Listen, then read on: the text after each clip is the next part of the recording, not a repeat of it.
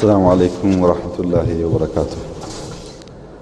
بمجمريا ود وندمي النا يجبز بريزيدنت عبد الفتاح السيسي بعد الرجلين ود وندمي جبجا عبد الفتاح السيسي بعد الرجلين اوفيشالاوي جبجا بعد الرجلين اوفيشالاوي جبجا ወደዚህ ታላቅ ህዝብና ሀገር የተሰማኝን ደስታ ልገልጽላችሁ እወዳለሁ። እዚህ በነበረኝ የአንድ ቀን ቆይታ እዚህ በነበረኝ استقبالي لي ولوفدي ከወንድሜ وانا سعيد في ሲሲ ጋር هذه الزيارة وقد تباحثنا في الشؤون الثنائية بين بلدينا بشكل عميق. وأود أن أقول للشعب المصري نحن الأثيوبيون نعرف الأخوة ونعرف حسن الجوار، ولذلك ونحن نخاف من الله وليست لدينا رغبة أو فكرة في إلحاق الضرر بالشعب المصري. وإن كنا نؤمن بأننا يجب أن نستفيد من هذا النهر، ولكن عندما نستفيد وننمي هذا النهر لا يجوز أن نقوم بما يضر بالشعب المصري. ونريد أن تكون الثقة سائدة بيننا في هذا الشأن. إن رجال السياسة وأيضا بعض الإعلاميين لقد أخذوا أن يستفيدوا من الخلافات، ولكن أنا وأخي فقامة الرئيس عبد الفتاح السيسي لا نحو ذلك الطريق الجبان، ولكننا نعرف أنه لا يفيد شعبنا، وكل ما يكون من علاقة بيننا هي علاقة تعاون تفيد الجانبين. نحن نكون مساعدين لبعضنا البعض وليس حاقدين على بعضنا البعض، وهذا ما اتفقنا عليه. እንደምታውቁት በአፍሪካ كما تعلمون في أفريقيا የጎረቤት ሀገር መንግስት ለመጣል አንዱ ሀገር የጎረቤት መንግስት ለማዳከም تتآمر فيما بعضها 100 ዓመት ስንሰራ ቆይተናል። وهذا ما كان سائدا خلال الماضية، ولكن لم يستفيد أحد في أفريقيا من هذه السياسة. إنما نستطيع أن نتغلب عن مشاكلنا هو التعاون، وما سببت لنا هذه المشاكل هو التآمر ضد بعضنا البعض كانت فائدتها أو نتيجتها الخسارة.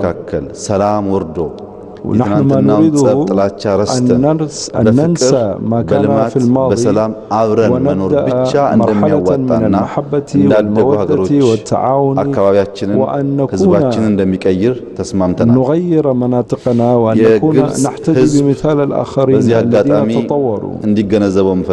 وأريد الشعب المصري أن يعرف أن هذا الرمضان ودعاء ليلة القدر قدومنا هو إلى مصر أن نظهر للشعب المصري رغبتنا في إخلاص ومودة ومحبة، وأن لا يكون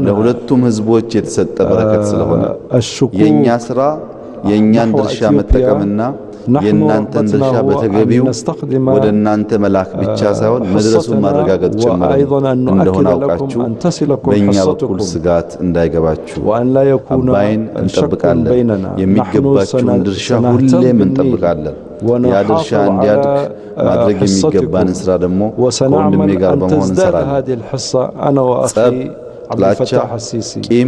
አይጠቅምም ብለን ስለወሰን ህዝቦቻችንን በዚህ ስሜት እንድትሰሩ የሚዲያ ሰዎች لأن ذلك لا يفيد كلا الشعبين 100 ዓመታት ይሄን የፖለቲካ ኢሹ አጀንዳ ፍሬም ያደረጋችሁ እዚህም እዚያም ስትሰሩ እንደቆያችሁ እናውቃለን። ለሚዲያ ወንድሞቼ መናገር የምፈልገው ስማችሁ አራተኛ መንግስት ነው።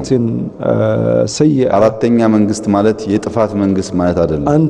አራተኛ መንግስት ማለት ህዝብን ከህዝብ የሚያገናኝ ድልድይ የሚሰራ መንግስት ማለት ነው። ግብጽም ያላችሁ ኢትዮጵያም ያላችሁ የሚዲያ ሰዎች ህዝባችን የሚያቀራርብ ሰላም የሚያመጣ በልማት በጋራ እንድንዘልቅ በሚያደርጉ ጉዳዮች ብቻ ብታተኩሩ የእናንተም ስኬት የሁለቱ ሀገራትም ስኬት የህዝቦቻችን ልማትና ስኬት ስለሚሆን ጥላቻን ከመዝራት እንድትቆጠቡ በዚሁ አጋጣሚ አሳስባችሁ እፈልጋለሁ። ባለፈው 100 ዓመት ጥላቻን መዝራት ቀላል ነበር። ምክንያቱም በግብጽም በኢትዮጵያም ብዙ የተማሩ ሰዎች አልነበሩ። አሁን ኢትዮጵያ ውስጥ 29 ሚሊዮን ተማሪዎች አሉ። በውሸት አጀንዳ ፖለቲካ ማራመድ የማይቻልበት ደረጃ ደርሰናል። እዚህም እንደዚያ እንደሆነ ተስፋ አደርጋለሁ። ለተማረ ሰው የሚያስፈልገው ሪዝን ነው። ለተማረ ሰው የሚያስፈልገው እውነት ነው። ለተማረ ሰው የሚያስፈልገው ኮኦፕሬሽን ነው። ጸብ፣ ጥላቻ፣ ቅራኔ ሁለቱን ህዝቦች ያልጠቀመና የማይጠቅም ስለሆነ በአባይ ጉዳይ ብቻ ሳይሆን በኢንዱስትሪ፣ በመንገድ ትስስር፣ በባቡር ትስስር፣ በሁሉም ልማታዊ መንገዶች እኔና ወንድሜ የኢትዮጵያና የግብጽ ህዝብን አስተሳስረን በጋራ መስራት ያለንን ፍላጎትና ህልም በማሳካት ረገድ ሁላችሁም ከጎናችን እንድትቆሙ ታሪካችን ወደ አዲስ ምዕራፍ እንዲሸጋገር በዚህ አጋጣሚ ጥሪዬን ላቀርብላችሁ እፈልጋለሁ። በመጨረሻም እጅግ የተወደደ ወንድሜ ሲሲ በግብጽ የታሰሩ ኢትዮጵያውያን እንዲፈቱ በልማት ጉዳይ በጋራ እንድንተባበር ከዚህም ባሻገር ያሉ ተጨማሪ የኢትዮጵያ መብት በሚመለከት ጉዳይ በሌሎች ሀገራት ጭምር ያለውን በጋራ ለመስራት ላሳየው ቁርጠኝነት ከፍ ያለ ምስጋና ላቀርብ እፈልጋለሁ። የነበረኝ ቆይታ አስደሳች፣ የነበረኝ ቆይታ ስኬታማ፣ ወደፊት ያለውም ጉዞ ተስፋ ያለው መሆኑን በሙሉ ልብ ልገልጽ እፈልጋለሁ። ስለተደረገልን አቀባበል፣ ስለነበረን ውይይት፣ ስለአጠቃላይ ወደ አዲስ ምዕራፍ ስላደገው ግንኙነት እጅግ አድርጌ ማመስገን እፈልጋለሁ። ጀዛኩሙላሁ ኸይረን። وأود أن أشكركم وجزاكم الله خيرا وشكرا. والله I said tell me والله لن نقوم بأي ضرر لن نقوم بأي ضرر للمياه في مصر. للمياه في مصر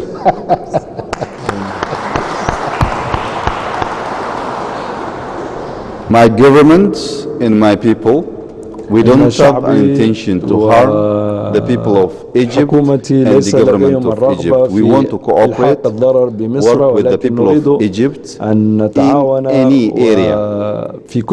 We can cooperate, not only Nile, in other development areas as well. So the people of Egypt must understand that we have big heart and respect for this country. And we do work with you hand in hand without any harm. جزاكم الله خيرا. ودون إلحاق أي ضرر وجزاكم الله خيرا. اسمح لي فخامة الرئيس، أنا يمكن خلصنا المؤتمر وتحدثنا، ولكن الحقيقة الكلمات الرائعة والمشجعة الذي تحدث بها أخي فخامة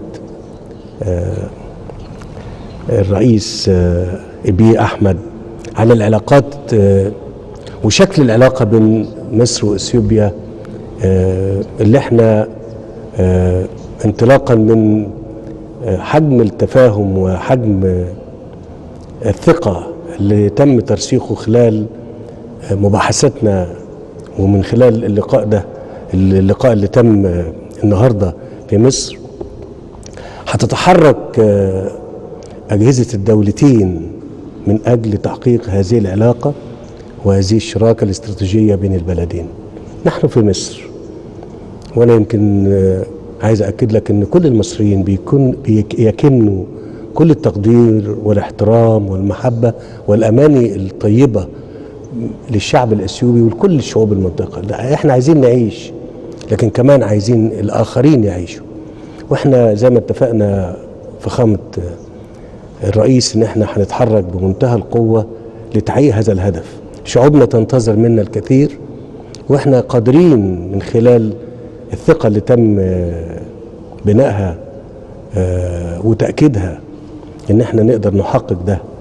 يعني بوعد اخي فخامة الرئيس وبوعد المصريين والاثيوبيين باسمي وباسم اخي فخامة الرئيس ان احنا العلاقة هتبقى تتطور وتتحسن في كافة المجالات.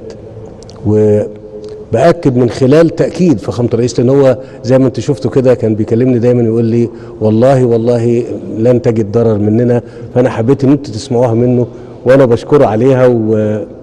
وانت سترى من المصريين برضو والله لن نضر بكم أبدا إن شاء الله. شكرا فخامة الرئيس.